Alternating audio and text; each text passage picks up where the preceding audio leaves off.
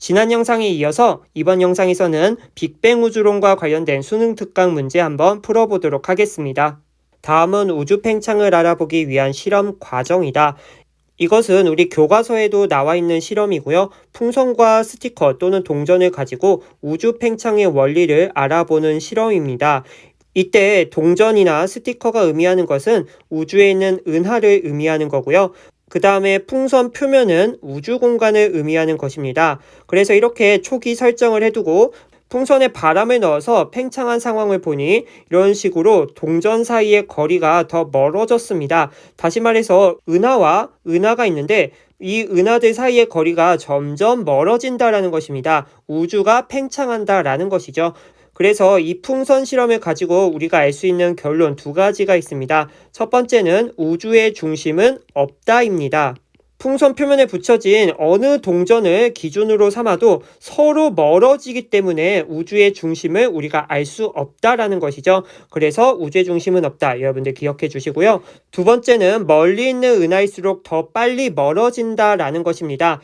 풍선에서 A 위치와 B 위치 가깝습니다. 그리고 A 위치와 D 위치는 A와 B보다는 멀리 있는데요. 멀리 있는 동전일수록 바람을 넣으면 더 빨리 멀어진다라는 것이죠. 그래서 이것을 우주에 적용을 시키면 멀리 있는 은하일수록 더 빨리 멀어진다. 다시 말해서 우주가 팽창한다. 이러한 사실을 우리 풍선 실험으로 알 수 있습니다. 그러면은 보기를 보도록 할게요. 스티커는 은하, 풍선 내부는 우주 공간에 해당한다. 틀린 말이죠. 풍선 내부가 아니라 풍선 표면입니다. 왜냐하면 스티커를 표면에 붙였기 때문에 그 사이의 거리가 멀어지는 것은 표면이 멀어지는 걸로 우리가 해석을 해야 되는 거죠. 그렇기 때문에 풍선 내부 틀렸고요. 스티커 사이의 거리를 측정할 때 풍선 표면을 따라 최단 거리를 측정해야 합니다. 동전과 동전을 붙여놓고 이런 식으로 거리를 측정하면 안 되겠죠.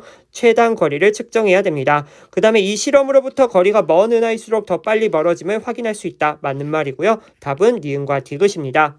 그림 가와 나는 초기 우주에서 헬륨 원자핵이 형성되기 전과 후를 모형으로 나타낸 것이다. 이 문제는 우리 빅뱅 시작하고 어떤 사건들이 있었는지 간단하게 알아봐야 될 것 같은데요. 빅뱅이라고 하는 것은 엄청나게 뜨거운 고온 그리고 고밀도 상태의 한 점에서 점점 팽창하여 우주가 만들어졌다라는 이론입니다.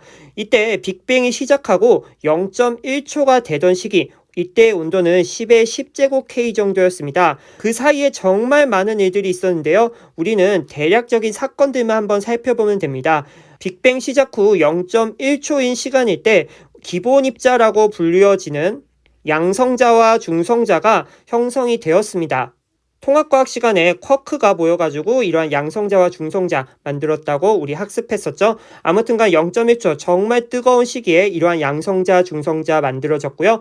그 다음에 우주의 나이가 1분위 정도 되는 시기, 이때 온도는 약 1억 K 정도인데요. 이때 양성자와 중성자의 개수비가 적절하게 7대1 비율을 만족하던 그러한 시기였습니다. 그러다가 우주가 점점 팽창하고 계속해서 온도가 내려가다가 우주의 나이가 3분이 되던 시기에 드디어 이러한 양성자와 중성자가 합쳐질 수 있다라는 것이죠. 그래서 이때 이 합쳐진 것을 우리 헬륨 원자핵이다라고 이야기를 하고 있습니다. 그래서 우리가 양성자 하나를 수소 원자핵이라고 하고 이러한 양성자와 중성자가 합쳐져서 헬륨 원자핵이 만들어진다. 이 정도 여러분들이 기억해 주시면 될 것 같고요. 이것들을 가지고 옆에 있는 문제 한번 해결을 해보도록 할게요.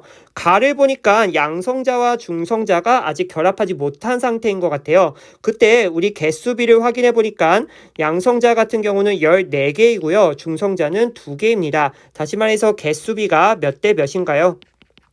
그렇습니다. 7대1이 나온 거죠.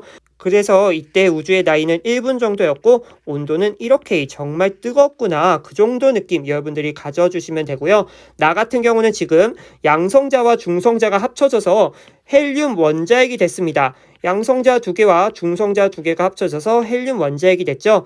이때 마찬가지로 우리 개수비 한번 체크를 해보고 여기서는 질량비도 체크해 보도록 하겠습니다. 수소 원자핵과 헬륨 원자핵의 개수비 하나, 둘, 셋, 넷, 다섯, 여섯, 일곱, 여덟, 아홉, 열, 열하나, 열둘, 12개 있고요. 헬륨 원자핵은 1개 있습니다. 그렇기 때문에 우리 개수비는 12대1이라고 이야기를 할 수 있고요. 여기서 물어볼 수 있는 거는 질량비도 물어볼 수 있습니다. 왜냐하면 이러한 질량비가 3대 1을 만족하는데 이것은 빅뱅 우주론의 증거가 되기 때문이죠. 그래서 이러한 질량비는 어떻게 확인을 하면 되냐? 지금 수소 원자핵 같은 경우는 12개가 있으니까 12라고 해보겠습니다. 그런데 우리 헬륨 원자핵은 양성자 2개랑 중성자 2개가 합쳐진 것이죠. 그런데 이 두 개의 질량이 거의 비슷비슷합니다. 그리고 엄청 작기 때문에 거의 같은 취급을 해도 된다라는 거죠. 그래서 우리 4개 취급을 하면은 12대 4, 질량비는 3대 1이라는 값이 나옵니다. 그래서 질량비는 약 3대 1이다. 이렇게 이야기를 할 수 있는 거고요. 그래서 이것들 가지고 보기 한번 이제 보도록 하겠습니다. 가일 때 우주의 온도는 약 3000K였다. 틀린 말이죠. 3000K는 잽도 안 될 정도로 정말 뜨거웠습니다. 참고로 이 3000K는 우주 나이 38만 년이 되는 시기에 정말 중요한 사건이 있었는데 그때 등장하는 온도죠. 여러분들이 1억 K, 10의 10제곱 K 다 잊어버리셔도 좋습니다. 그런데 이 3000K는 꼭 외워주셔야 됩니다. 이것은 좀 이따가 다시 한번 이야기를 해보도록 하고요. 아무튼간 기억은 틀렸습니다. 니은을 볼게요. 나일 때 수소 원자핵과 헬륨 원자핵의 질량비는 약 3대 1이다. 맞는 말이죠. 그리고 현재 우주에 존재하는 수소와 헬륨의 개수비는 대략 12대 1이다. 이것도 맞는 말입니다. 현재 우주에 존재하는 헬륨이라고 하는 것은 거의 초기 우주에서 일어난 핵융합 반응으로 생성이 되었습니다. 우리가 별, 주계열성에서 중심부에서 수소핵 융합 반응을 해서 헬륨이 생성이 됐었는데 이때 생성된 헬륨의 양은 초기 우주에서 생성된 그러한 양보다 훨씬 적습니다. 따라서 현재 우리가 존재하는 그러한 수소와 헬륨비는 초기 우주랑 비슷하다라는 것이죠. 그래서 우리가 위에서 봤듯이 개수비는 12대 1이다. 맞는 말입니다. 그래서 답은 니은과 디귿으로 여러분들 체크해주면 되겠습니다. 다음 문제를 보도록 할게요. 그림 가는 플랑크 우주망원경으로 관측한 우주 배경 복사 분포를 나타낸 것이고 나는 초기 우주에서 빛의 진행을 나타낸 모식도이다. 가 그림을 보니까 우주 배경 복사의 분포가 나타나 있는데요. 우주 배경 복사는 하늘의 모든 방향에서 오고 있는데 이런 식으로 뭔가 균일하지 않게 오는 것처럼 우리가 볼 수 있습니다. 그런데 이 차이가 10만 분의 1 정도로 정말 미세합니다. 그렇기 때문에 우리는 거의 균일하게 우주 배경 복사가 분포하고 있구나. 그래서 우리 균일하다라는 말 여러분들 기억해 주시면 될 것 같고요. 아무튼간 이러한 10만 분의 1 차이로 어떤 부분에는 밀집되어 있고 어떤 부분에는 물질들이 덜 있다. 그래서 이렇게 밀집되어 있는 부분에서 이제 별이 또 탄생할 수 있는 거겠죠. 그래서 우리 가는 그런 식으로 해석해 주시면 되고요. 밑에 있는 나를 보니까 A와 B 이렇게 나눠져 있는데 A 같은 경우는 지금 원자핵과 전자들이 여기저기 흩어져 있습니다. 그래서 빛이라고 하는 게 원자핵과 전자들에 가로막혀서 제대로 진행을 하지 못하고 있는 상황이에요. 그러다 보니까 빛이 갇혀 있고 이것을 우리가 불투명한 우주다라고 이야기를 할 수 있는 거겠죠. 반면에 우리 B를 보니까 원자핵과 전자가 이렇게 결합을 해서 원자가 형성이 되었습니다. 그러다 보니까 왼쪽보다는 이제 텅 빈 공간이 생기게 되고 그것을 이용해서 우리 빛들이 진행을 할 수 있는 거겠죠. 그래서 이때 진행한 빛이 우리에게 오고 있고 이것을 우주 배경 복사라고 이야기를 하는 것이죠. 이때 우주의 나이는 약 38만 년 정도입니다. 이때 우주의 온도는 3000K였고요. 이때 원자들이 형성이 되고 이제 빛이 진행을 할 수 있었는데 그것이 우주 배경 복사이다. 그래서 빛이 앞으로 진행할 수 있는 우리 투명한 우주다라고 이야기를 합니다. 그래서 이러한 우주 배경 복사가 현재 관측이 되는데 2.7K의 흑체의 온도로 우리에게 관측이 되는 거죠. 그래서 우리 가와 나에 해당하는 그림 이 정도 해석해 주시면 될 것 같고 기억, 니은, 디귿을 보도록 할게요. 가에서 방향에 따른 복사 에너지의 온도 차이는 최대 2.7K가 아니라 10만 분의 1 정도입니다. 그렇기 때문에 기억은 틀렸고요. 나에서 A는 불투명한 우주, B는 투명한 우주에 해당한다. 맞습니다. 가의 복사는 나의 A시기에 형성된 빛이 아니라 B시기에 형성된 빛이죠. 그래서 답은 니은입니다. 다음으로 넘어가 볼게요. 그림은 하늘의 모든 방향에서 관측되는 복사 에너지의 세기를 파장에 따라 나타낸 것이다. 하늘의 모든 방향에서 관측되는 복사 에너지, 이것은 바로 우주 배경 복사이죠.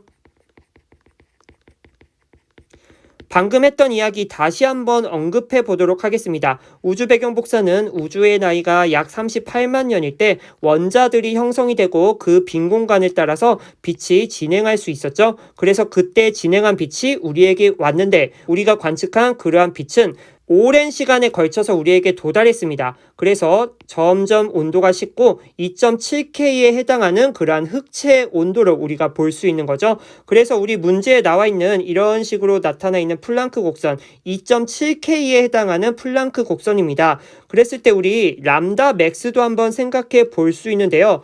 2.7K니까 우리 파장이 정말 길 것 같아요. 이것은 빈의 법칙 생각해 주시면은 람다 맥스는 T에 반비례한다라는 것을 우리 앞에서 확인했었죠. 그래서 이 람다 맥스가 해당하는 영역은 우리 전파 영역입니다. 가끔가다 이게 생각이 안 날 때가 있을 것 같아요. 그랬을 때 이런 식으로 생각하면 좋습니다. 우리 6000K 태양에 해당하는 플랑크 곡선에서 람다 맥스는 가시광선 영역에 있었어요. 그러면은 온도가 더 낮아진 2.7K에서는 이러한 파장이 더 길어져야겠죠. 그러면 가시광선보다 파장이 정말 긴 전파를 우리 바로 생각해 줄 수 있다라는 겁니다. 그러면은 우리 보기 보도록 할게요. 람다 맥스는 가시광선 영역에 포함된다. 틀렸죠? 우리 전파 영역에 해당합니다. 그 다음에 파장에 따른 복사의 세기는 약 2.7K의 흑체 복사와 일치한다. 맞습니다. 그 다음에 이 복사의 세기는 우리 은하의 중심 방향에서 가장 강하다. 틀렸죠? 우주 배경 복사는 방향에 따라 극히 미세한 온도차 10만 분의 1 정도 차이가 있지만 거의 균일하다라고 우리가 이야기를 하고 있습니다. 그래서 특정 방향에서 강하게 오고 있다라는 디귿 보기는 틀렸다라는 것이죠. 따라서 답은 니은입니다. 그래서 수능 특강에서 빅뱅 우주론과 관련된 문제 한번 같이 살펴보았고요. 다음 영상에서는 급팽창, 그 다음에 가속팽창 이야기 계속해서 진행해 보도록 하겠습니다. 그러면 이번 영상 여기서 끝!